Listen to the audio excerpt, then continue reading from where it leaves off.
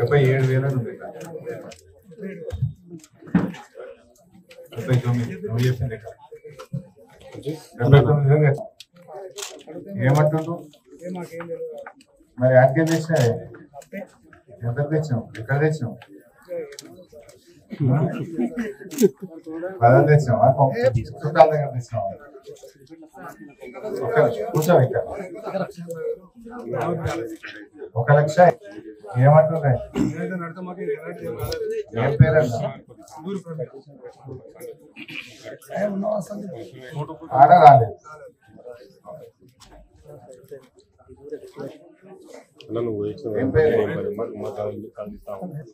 ఏం పూల రాము ఏమంటుంది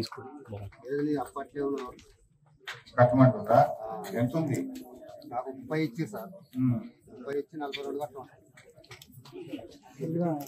30 మాఫ్ అయింది ఇంకా 42 కట్టమంటుందా బ్యాంక్ మరి ఇదేం మాఫీ సగం అయింది కదా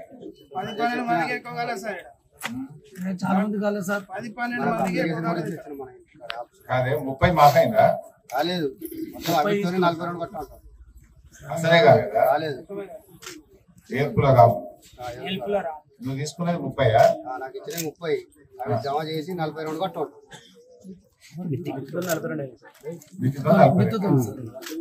ఈ 4 పేర్లు వచ్చి అమౌంట్ పడలేదు బాబు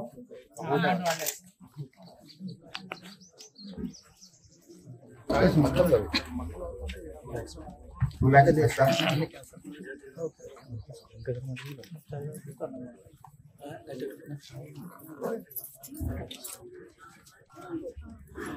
ఏంటి బాబు 1,34,000 ఉందా భూమి పోయింది కానీ ఏమన్నా పోలేదా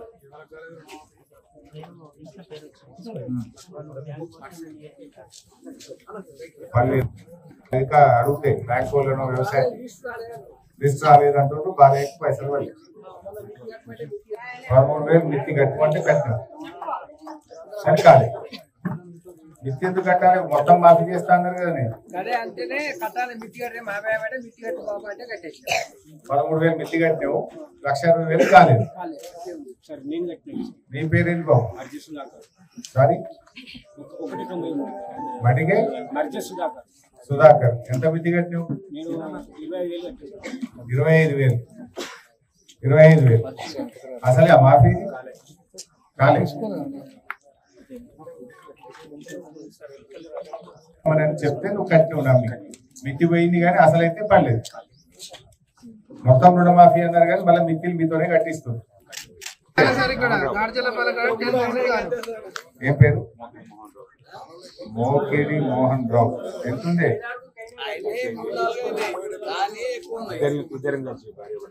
ఇద్దరు కలిసి 1,05,000 తీసుకున్నారు మిత్తిలు 1,80,000 అయింది మెడికల్ తీసుకోవాలి అప్లై చేయాలి మళ్ళీ ఇవ్వాలి అప్లికేషన్ కూడా అప్లికేషన్ చార్జ్ బయట తీసుకుంటాం అప్లికేషన్ ఫామ్ ఎంత అవుతుంది 4 రూపీస్ ఒక అప్లికేషన్ అప్లికేషన్ 4 రూపాయలు పోయినసారి ప్రజాపాలన దరఖాస్తు పెట్టాం మళ్ళా దరఖాస్తు ఎందుకు ఎన్నిసార్లు పెట్టాలంటున్నాం ఎన్నిసార్లు దరఖాస్తు పెట్టాలని ప్రశ్న ఆల్రెడీ डबल जब भी आधार कार्ड दिए जब भी पूरा टाइम वेस्ट करे फिर आपसे आपके चले जा रहा फिर ఇచ్చేయండి అదే ఇవ్వాలని ఏం లేదు ప్రింటెడ్ ఫామ్ ఏమొద్దు వైట్ పేపర్ లో రాసి ఇచ్చినా తీసుకుంటాం ఒకటి రెండోది మీరు అడిగింది ఇంతకు ముందు ఇచ్చినాము ఇప్పుడు ఎందుకు అని అంటున్నారు కదా ఒకవేళ ఇచ్చినట్టు ఉంటే ఆ డేటా అలాగే ఉంటది ఫర్దర్ నెక్స్ట్ ఫేజ్ లో వస్తుంది ఇప్పుడు కమిషనర్ గారు జహీరుద్దీన్ చెప్పింది కరెక్ట్ ఏడాది కింద దరఖాస్తు ఏమైనా ఇచ్చింది నువ్వు అది ఆన్లైన్ చేసి ఉంటే ఆయన పేరు ఆటోమేటిక్ వచ్చి ఉండే ఆ దరఖాస్తు అన్ని కట్టగట్టి మూలకు వారేసిండ్రు ఇప్పుడు మళ్ళీ ఇయ్యింది అంటే ఎన్నిసార్లు ఇవ్వాలి ఎన్ని రోజులు ఎదురు చూడాలి ఏడాది దాటిపోయి ఏడాది కింద ఇచ్చిన దరఖాస్తు దిక్కులేదు ఇప్పుడు మళ్ళీ దరఖాస్తు ఇవ్వమని మళ్ళీ పెడుతున్నావు ఆల్రెడీ ఆ లిస్ట్ లో పేరు వచ్చి ఆయన ఎందుకు అడుగుతాడు మళ్ళీ దరఖాస్తు పెట్టాల్సిన అవసరం ఏంటి 15 మందికి వచ్చింది ఎన్ని దరఖాస్తులు పెట్టినప్పుడు మీరు అందరు కలిసి అదే ఇప్పుడు మొన్న మనం మాట్లాడిన తర్వాత గవర్నమెంట్ దిగొచ్చి ఇప్పుడు ఆ పాదాయి కూడా తీస్తాము ఆన్లైన్ కూడా తీస్తామని మాటించిండ్రు బహుశా వెంటబడి చేయిస్తాం. మా అన్న వాళ్ళది కూడా కొడుకులే అప్డేట్స్ గురించి పెట్టాం, అది కూడా రాలేదు సార్. మళ్ళీ అది పెట్టేప్పుడల్లా ఖర్చు అవుతుంది 50 రూపాయలు వాళ్ళు టైం వేస్ట్ టైం వేస్ట్. ఇప్పుడే ఇవ్వండి మళ్ళీ తెలుస్తుంది వాళ్ళకి. మళ్ళీ దాని గురించి మళ్ళీ మున్సిపల్ ఆఫీస్ పోవాలి. రేవంత్ రెడ్డికి అలాగే ఇంటికి వచ్చి ఢిల్లీ పోయి నేను హామీ ఇస్తున్నా, నేను ఇస్తా మీకు అని చెప్పాను. మన తెలంగాణలో ఇస్తలేడు కదా అసలు ప్రాబ్లం. ఢిల్లీలో చెప్తున్నా ఢిల్లీలో పోయి నేను ఇస్తా, నేను హామీ నీకు అని చెప్పాను.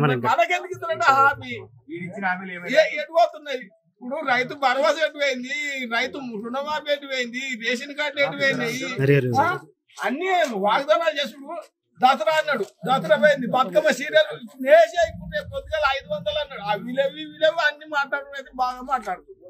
దేనికి మంచిది అది? పబ్లిక్ నువ్వు ఆగం చేసుడు తప్ప ఏమైనా ఉన్నదా ఇలా? ప్రతి ఏ ఊళ్ళోవైనా ఇదే దంద నడుస్తుంది. ఏది మన తెలంగాణలో ఎటువైనా నాకు రాలేదంటే నాకు లేదు, నేను చేసిన అని చెప్పి పండుగలు చేసా. ఏది హన్మకొండలో పోయి మరి పండుగలు అంటే అందరికి పండుగ ఉండాలి కానీ నువ్వు ఒక్కని చేసుకుంటే పండుగ అవుతుందా? అవు బాబు, ఇప్పుడు ఆఫీసర్ ఉన్నారు, ఆఫీసర్ వాళ్ళు ఏదంటే అదే అంటారు. మేమేం చేయాలి, బ్యాంకులో పోతే మేమేం చేయాలి, వాళ్ళు రాంది అని చెప్పి వాళ్ళు అంటారు. నేను ఇచ్చినా నేనే అంటారు. మరి ఎడిపోతున్నాయి అంటే వీళ్ళు తిని లేదంటురా, లేకుంటే అతడు ఇయ్యక లేదంటురా. సిస్టమ్ అంతా ఆన్లైన్ సైడ్ నా ఒక 40,000 రూపాయలు మాఫీకెళ్ళి నేను 2 లక్షలు మాఫీ చేసిన అని చెప్పి చెప్పమంటే నాది కోఆపరేట్ బ్యాంకులు ఉన్నా సార్, కోఆపరేట్ బ్యాంకులు ఉన్నది 40,000 అప్లికేషన్లు ఇచ్చినాయని ట్యాక్స్ బండి మాకు వచ్చే ఒకే ఒక్క స్కీమ్ రైతు భరోసా వస్తుంది. అది అయితలేదు. మీకు ఒకే ఒక్క స్కీమ్ ఉంటుండే రైతు భరోసా, ఇప్పుడు 2 times పోయింది. ఇప్పుడు ప్రతి సిస్టమ్ అంతా ఆన్లైన్ సైడ్ చంద్రశేఖర్ 15,000 ఇస్తానే, 15,000 ఎటు పోయినాయి, ఆ 10,000 ఎటు పోయినాయి, 10,000 కూడా దిక్కులేదు ఇదివారు. ఇప్పుడు ఒక పంట పోయిపోయింది, ఈ పంట సగం నడుస్తుంది. ఇప్పుడు మళ్ళీ జనవరి 26th వచ్చి సర్వే కేసీఆర్ చేసిన మళ్ళీ ఈ గవర్నమెంట్ రిపోర్ట్ ఇయ్యారు. అంత మంచిగా అంత ఓకే అన్నట్లే రిపోర్ట్ ఇస్తారు వీళ్ళు. సార్ అందరూ కప్పేసి మళ్ళీ ఇస్తామని చెప్తారు గవర్నమెంట్. సార్ ఇప్పుడు మీరు రైతు భరోసా గురించి మాట్లాడుతున్నారు. మొత్తం మురికి అదే కనకాలు తీసలేదు, ఈ బంధు మొత్తం తగ్గింది. సార్ ఇప్పుడు రైతు భరోసా మళ్ళీ ఏమైనా అప్లికేషన్ పెట్టినా అదే ఉన్నదాన్ని ఇస్తారా సార్? ఇంతకుముందు ఉన్నదే కదా వచ్చినాయి, ఇప్పుడు సంవత్సరం నుంచి ఆగిపోయినాయి. మళ్ళీ ఏమైనా కొత్త మళ్ళీ అప్లికేషన్ లేదు, మొదలు వాళ్ళేదో అప్లికేషన్ ఆ తర్వాత అప్లికేషన్ లేవద్దు అని అన్నారు. రైతులు చేస్తారా, పుస్తకాలు చేస్తారా, ఇదేం పద్ధతి అడిగినాము. అదే కదా సార్ పరిస్థితి వచ్చింది. అడిగినాక బంద్ చేసిన పరిస్థితి వచ్చింది.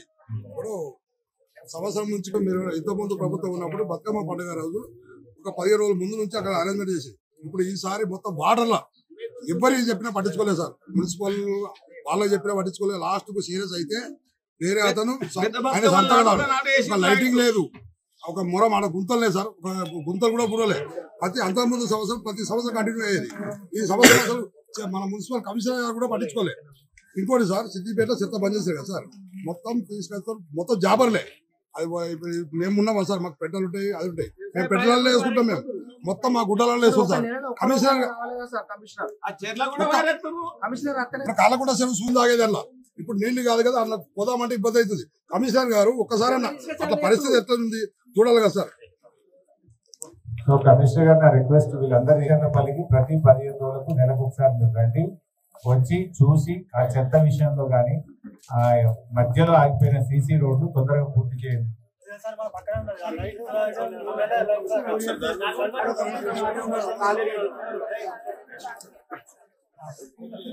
ఇల్లు కోసం సైట్ ఉందా, హౌస్ సైట్ లాస్ట్ ఇయర్. అరే అమ్మాయి పేరు ఎట్లా ఉందా?